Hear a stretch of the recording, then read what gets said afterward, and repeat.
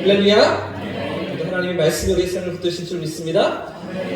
여러분, 길을 가시다가 돈을 주워본 적 있으십니까? 가장 최근에 주우신 적이 언제셨습니까? 얼마짜리를 주우셨습니까?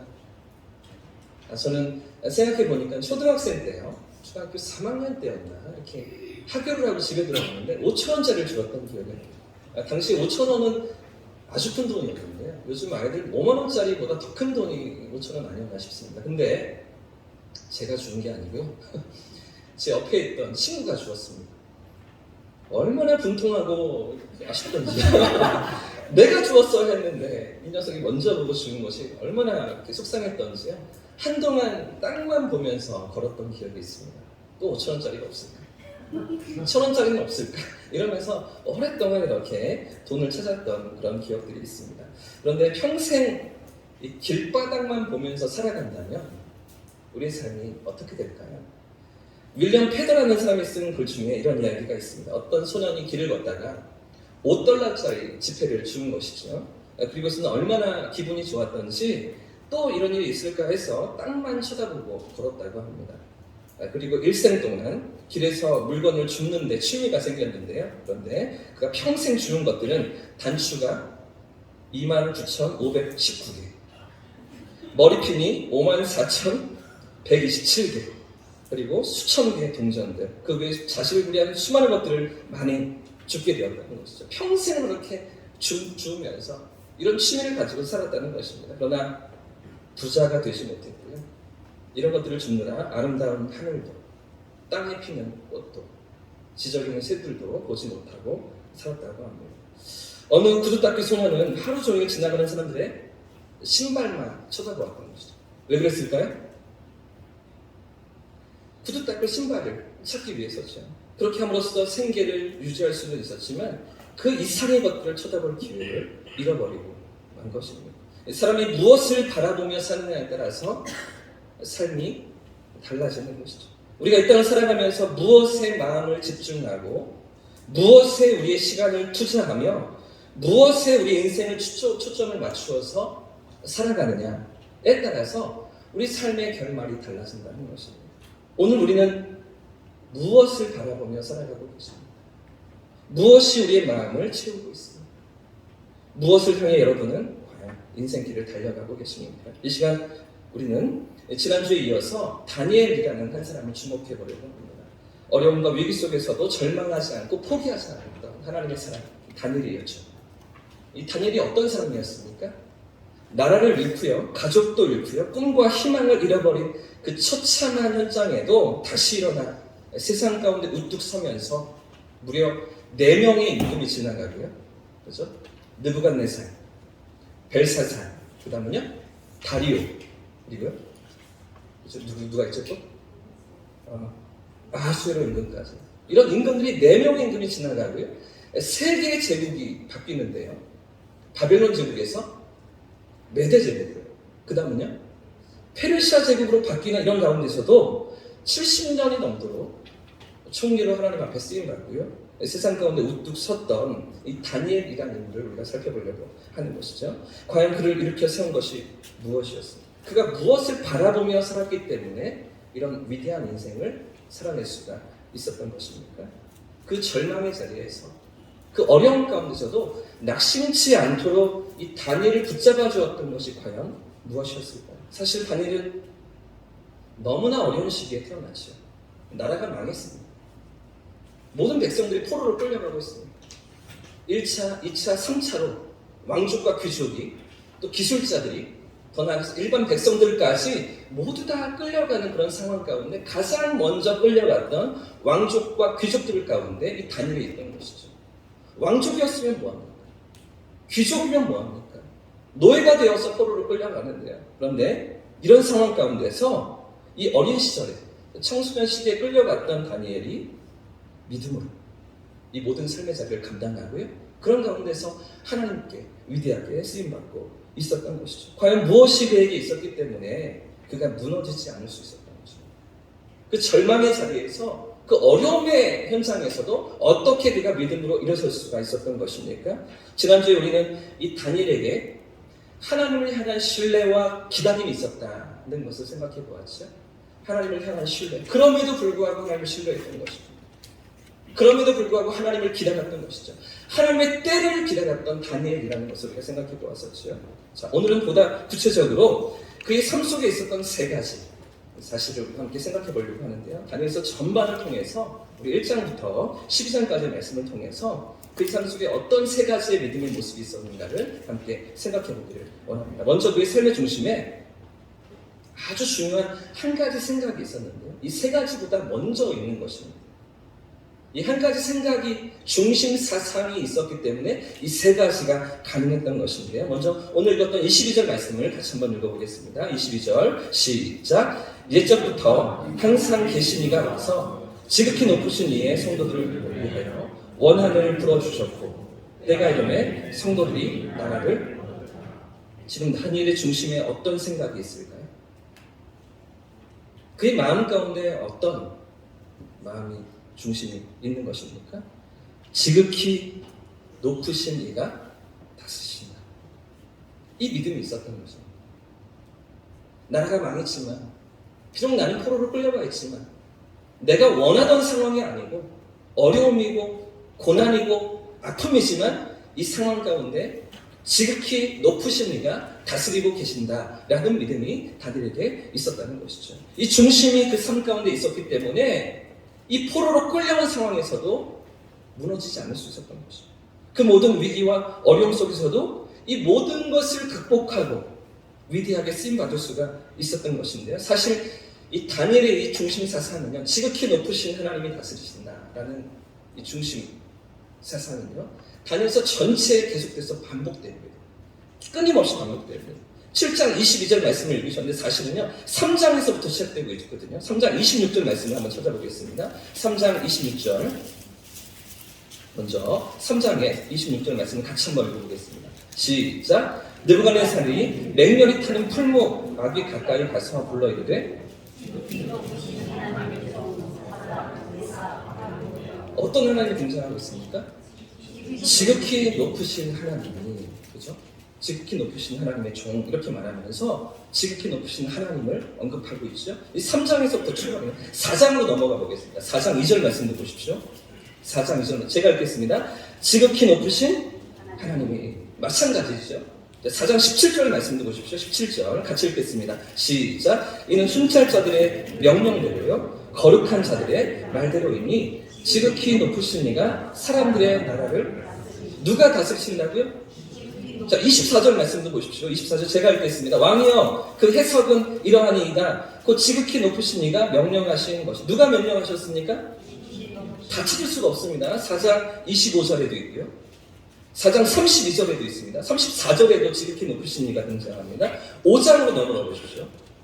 5장 18절에, 5장 21절에, 7장으로 넘어가 보겠습니다. 7장 18절에, 7장 25절에, 7장 27절, 그리고 우리가 읽었던 7장 22절에 계속 반복되고 있는 것이죠. 그러니까 다니엘서의 중심 사상이 무엇입니까? 지극히 높으신 하나님이 다스리신다는 것이죠. 다니엘서 다 합쳐서 12장밖에 되지 않습니다. 그런데 이 지극히 높으신 하나님이, 지극히 높으신 이가라는 표현이요 13번이나 등장하고 있습니다. 이처럼 다니엘은 하나님께서, 이 하나님이 인간의 삶과 인간의 역사에 개입하시는 지극히 높으신 하나님이라는 이 인식을 가지고, 이 믿음을 가지고 살았다는 거죠. 그리고 이것이 그의 삶의 전체에 영향을 미치고 있던 것인데요. 그런데 이것이 왜 중요한가 하면요, 이렇게 다니엘이 하나님을 나의 삶과 역사를 주관하시는 하나님으로 믿음으로 고백하며 나아갈 때 그가 평생토록 추구하던 세 가지 삶의 모습이 있었다는 것입니다. 그 지극히 높으신 하나님 앞에서 내 삶이 서 있다 보니까 그 하나님 앞에서 살아가는 세 가지 삶의 모습이 다니엘에게 있었다는 것이죠. 그 세 가지를 오늘 우리가 함께 생각해 보길 원하는 것입니다. 첫 번째는요, 그런 모든 일을 하나님의 눈으로 바라보려고 했었습니다. 무엇으로 바라봤다고요? 하나님의 눈으로 바라보는 것이죠.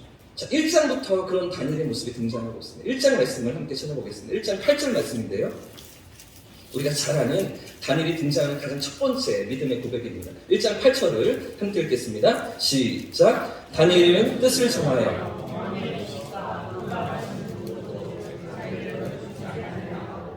자기를 더럽히지 아니하도록. 자, 지금 이 다니엘의 처지를 생각해 보십시오. 왜 이렇게 유별난 행동을 하고 있습니까? 왜 이렇게 이상한 행동을 하고 있습니까?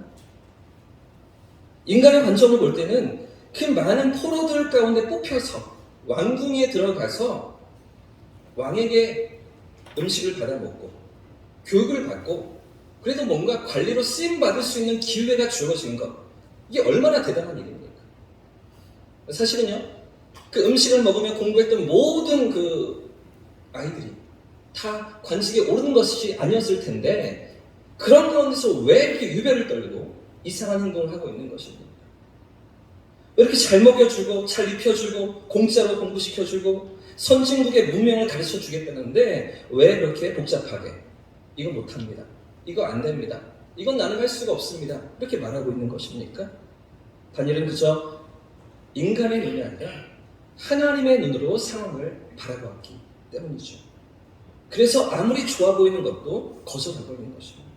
인간의 눈으로 보기에는 너무나 좋아 보이는 것이죠. 그러나 하나님의 관점으로 볼 때는 그것이 무엇입니까? 왕이 준 진미가 무엇입니까? 이방 신에게, 이방 신상 앞에 절하고 제사를 지내고 내려오는 음식이었던 것이죠. 그래서 하나님의 관점으로 바라보니까 이건 먹어서는 안 되는 것이라고 다니엘이 판단했던 것입니다. 그냥 다 볼 때, 사람들이 볼 때는 왕이 주는 진미입니다. 아주 진귀한 음식입니다. 잘 먹고 건강해서, 그래서 잘 공부하고 잘 익히고 잘 배워서 관직에 오르면 될 터인데, 그런 다니엘은 이것이 아니다, 이건 절대로 안 된다라고 판단했던 것이죠.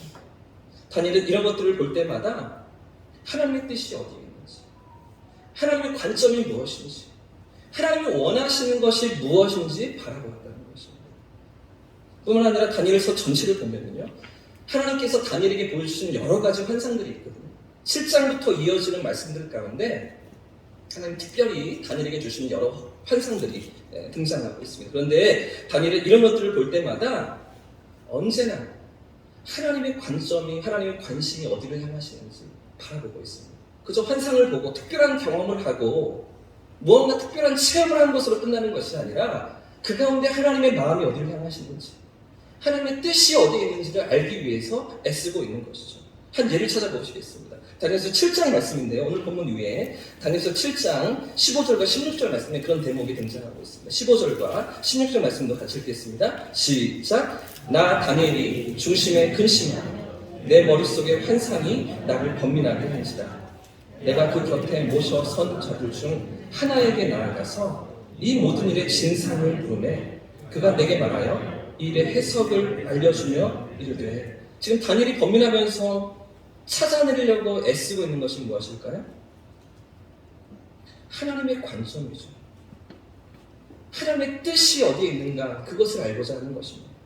하나님께서 환상을 보여주셨는데 이 환상의 의미가 무엇인가, 하나님이 이것 가운데 무엇을 담으셔서 나에게 보여주셨는가, 하나님의 뜻과 하나님의 이유가 어디에 있는지를 알고자 해서 하나님 앞에 나아가는 것이죠. 하나님께서 지금 무엇을 말씀하고 계시는지 근심하면서 번민하면서 알려고 애쓰던 다니엘이었다는 것입니다. 전 세계 40개국의 언어로 번역되어서 수천 명의 사람들에게 감동을 주었던 책이 한 권이 있습니다. WWJD 라고 약자로 표현할 수가 있는데요. What would Jesus do? 이런 제목의 책입니다. What would Jesus do? 예수님이라면 어떻게 하실까? 한 번쯤 들어보셨죠? 이 책은 무려 100년도 전에 쓰여진 책입니다. 1896년도에 쓰여져서 100년이 지나도록 지금까지 수많은 사람들에게 감동을 주고 또 그리스도인으로 사는 것이 무엇인지, 하나님의 백성으로 이 땅을 사는 것이 무엇인지를 고민하게 하는 책인데요. 이럴 때 예수님이라면 어떻게 하실까? 이런 상황 가운데 예수님의 방법은 무엇이었을까? 이런 질문을 던지고서 그렇게 살아가려고 애쓰는 한 교회의 성도들의 이야기가 이 책입니다. 원래 제목은요, 다른 일입니다. in his steps. 그의 발자취를 따라서. 이런 제목을 달 수가 있겠죠. 주님의 발자취를 따라가는 삶. 그분의 이끄심을 따라가는 삶. 그것이 성도의 삶이라는 것이죠. 그것이 하나님 백성의 삶이라는 것입니다. 매일 이 생각을 가지고 살아가는 것이죠. 매일 매 순간에 이 마음을 품고서 살아가는 것입니다. 우리가 만나고 있는 상황 가운데 예수님이라면 어떻게 하실까? 우리가 겪고 있는 이 현실 가운데 주님이라면 어떻게 행동하셨을까? 오늘 내 삶에 주님이 오신다면 어떻게 사셨을까? 저는 우리의 삶도, 저와 여러분의 삶도 이래야 된다고 생각이 듭니다. 우리의 가정과 우리의 직장과 우리의 가게와 우리의 모든 삶의 현장이 예수님이라면 어떻게 하실까? What would Jesus do? 주님께서 어떻게 사셨을까 생각하며 살아가는 것이죠. 이것이 하나님의 눈으로 세상을 바라보는 사람들의 삶이라는 것입니다. 자, 그런데 또 하나 중요한 게 무엇인지 아십니까? 다니엘이 이렇게 하나님의 눈으로 세상을 바라보려고 노력하고 몸부림쳤는데요. 그런데 그것이 나 개인의 삶만 아니라, 나 개인적인 삶의 영역에서만 아니라 하나님의 눈으로 세상을 바라보려고 애썼다는 것이죠. 오늘날 교회가 이렇게 초라하고 어려움에 빠진 이유가 무엇 때문입니까? 왜 이렇게 세상 사람들이 손가락질을 당하고 비난을 당하며, 그렇죠? 입방아에 오르내리는 것입니다. 우리의 신앙이 하나님의 눈으로 보려고 노력을 안 한 것은 아닌데, 그런데 그것이 전부 나 자신에게만 멈춰 있기 때문이 아닐까요? 하나님의 눈으로 보려고 애쓰긴 했는데 나, 우리 가정, 우리 식구, 내 사업, 내 직장, 나에게만 한정되어 있는 것, 나에게만 멈춰 있는 것, 이게 문제가 아니겠습니까? 그래서 점점 세상을 보지 못하고 다른 사람들을 보지 못하고 나 하나 구원받고 우리 가정의 축복을 받고 내가 잘 되는 것만 생각하면서 살아가는 것, 이게 문제라는 것이죠. 그래서 안 믿는 사람들이 생각할 때 언제나 기독교는 자기들끼리만 잘 먹고 잘 살려고 하는, 이렇게만 보여지는 것이 우리의 잘못인 것이죠. 다니엘은 하나님의 눈으로 자신의 인생을 바라보았지만 자기 삶만 그런 것이 아니었습니다. 이 다니엘서 전체를 보시면요, 이 세 파트로 나누어지는데요. 1장의 첫 번째 파트고요. 두 번째 파트는 2장부터 6장까지의 말씀입니다. 그런 다음에 세 번째 파트는 7장부터 마지막 12장까지가 이 세 가지 파트로 이렇게 나누어지는데, 그런데 1장에서는요, 다니엘의 개인의 삶과 그 한 사람의 삶과 다니엘의 세 친구, 그들의 삶에 개입하시는 하나님께 초점이 맞춰져 있습니다. 개인의 삶에 초점으로 다가오시는 하나님께 집중하고 있는 것이 1장이고요. 자, 2장부터 6장까지는요, 그런가 하면 각 나라들에게 임하고 계신, 역사하고 계신 하나님의 주권, 하나님의 다스리심이 2장부터 6장까지 펼쳐지고 있는 것이죠. 바벨론과 메대와 페르시아에 일하시는 하나님의 손길을 기록하는 게 6장까지였습니다. 그런가 하면 7장부터 마지막 장까지는요, 각 나라를 뛰어넘는 모든 역사 가운데, 영원 가운데 다스리시고 통치하시는 하나님의 손길을 이야기하는 것이 7장부터 이어지고 있습니다. 무슨 이야기입니까? 우리 개인의 삶만 아니라, 나 한 사람의 삶만 아니라 우리 공동체, 우리가 허락하신 민족, 나라, 하나님께서 우리에게 맡기신 사명, 주님의 뜻이 어떠한지, 더 나아가서 우리의 삶을 넘어서 하나님의 계획과 그분의 섭리가 어떠하신지, 우리의 삶이, 우리의 믿음이 더 확장되어서 나아가야 한다는 것이죠. 너무나 부끄러운 건 우리가 모태신앙인데, 그렇게 오래 교회를 다녔는데 우리가 다니엘서 1장의 이 믿음에서 넘어서지 못하는 것이죠. 나만 생각하고 살아가는 것입니다.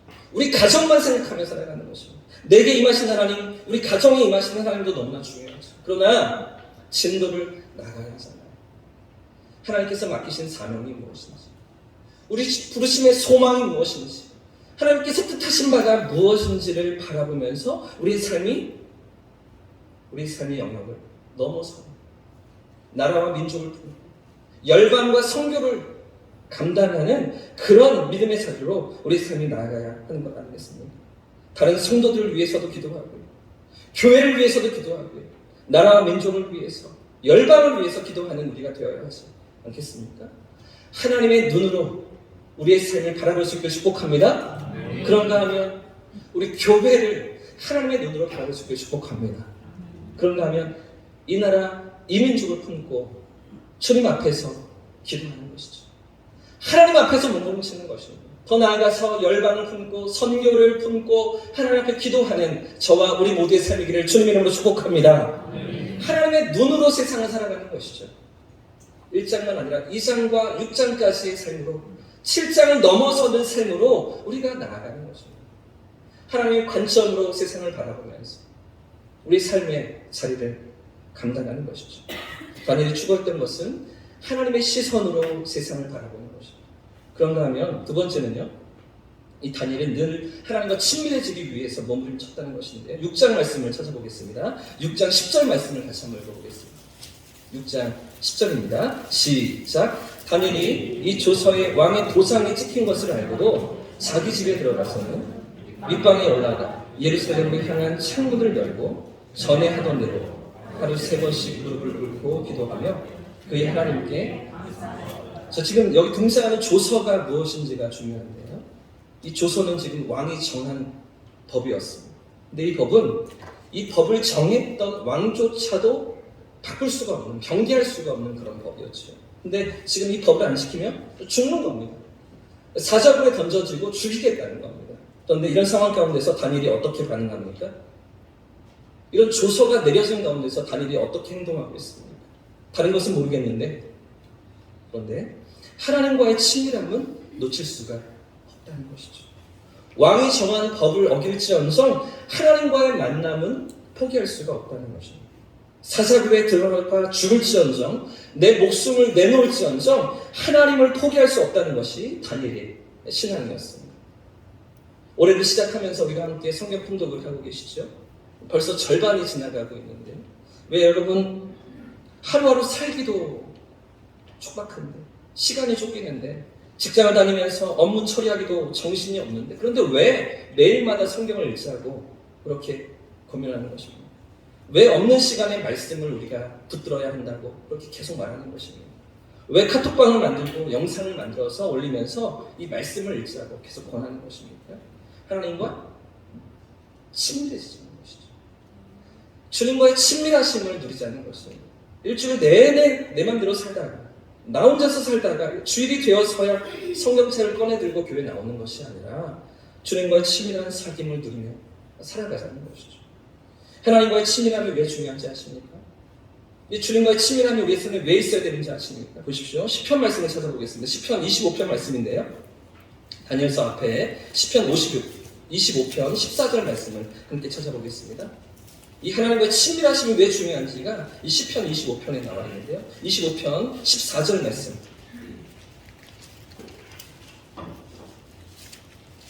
(14절) 말씀 같이 읽겠습니다. 시작. 여호와의 친밀하심이 그를 경외하는 자들에게 있으며 그의 언약을 그들에게 여호와의 친밀하심이 누구에게 있다고요? 그를 경외하는 자들에게 있으며 자, 그 다음을 보십시오. 친밀한 자들에게 주시는 축복이 뭔가 보십시오. 그의 언약을 그들에게 보이시고 이게 굉장히 중요한 말씀입니다. 왜 하나님과의 친밀함이 중요한가 하면은 왜 누구는 기도할 때 하나님의 응답이 경험되고 하나님의 음성을 듣고 하나님의 은혜로 우리의 삶이 가득 채워지는데 왜 어떤 사람은 하나님이 도대체 보이지가 않는가? 왜 하나님이 느껴지지 않고 깨달아지지 않는가? 이유가 무엇일까요? 친밀하지 않기 때문이죠. 하나님과의 친밀함이 없기 때문입니다. 오늘 우리가 얼마나 유혹이 많은 시대에 살아가고 있습니다. 세상이 보여주고 들려주는 얼마나 화려하고 휘황찬란한 것들이 우리 시선을 빼앗겨 살아가고 있습니다. 그런데 어떻게 그 유혹들을 다 이겨낼 수가 있는 것입니다. 어떻게 그런 시험 앞에서 우리가 믿음으로 살아낼 수가 있는 것입니다.